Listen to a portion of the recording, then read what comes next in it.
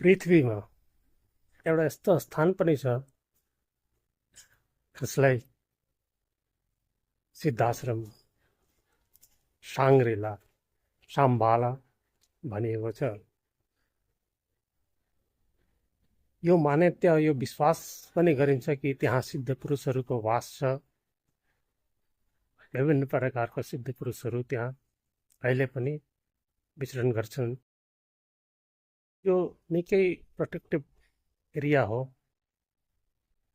एउटा यस्तो hidden palace जहाँ पृथ्वीको सारा सिद्ध पुरुषहरू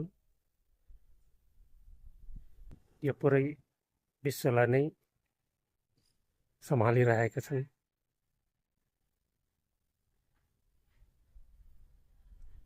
यो सम्भाला साङ्ग्रिलाको विभिन्न समुदायमा आफ्नै महत्त्व छ र यसको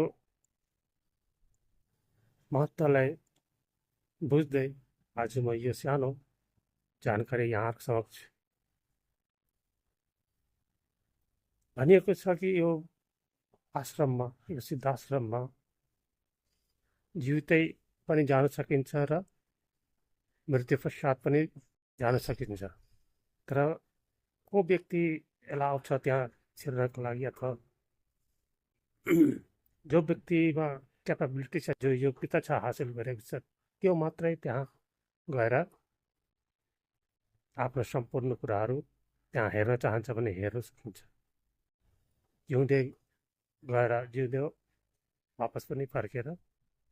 तर त्यस्तो व्यक्ति हो मात्रै जो सिद्ध पुरुषहरू हो, जो आफैमा एनलाइटेन्ड विस्टफुल भएको व्यक्ति,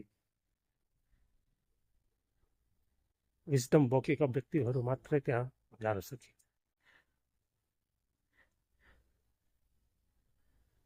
त्यसर्थ म यहाँ भन्न चाहन्छु समस्त मित्रलाई जसले मलाई फलो गर्छ, यदि तपाईहरु पनि आफ्नो जीवनमा केही हासिल गर्नु चाहनुहुन्छ भने योगको बलको आधारमा तपाई गर्नुस् र त्यो स्थानलाई पनि हेर्नुस् जो स्थानमा यस्ता सिद्ध पुरुषहरू छन्।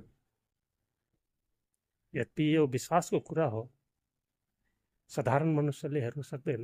त्यसर्थ जीवनको गहराइमा डुब्नुस्, आफूलाई आनन्दित बनाउनुस्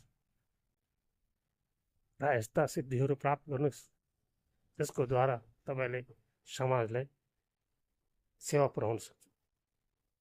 धन्यवाद।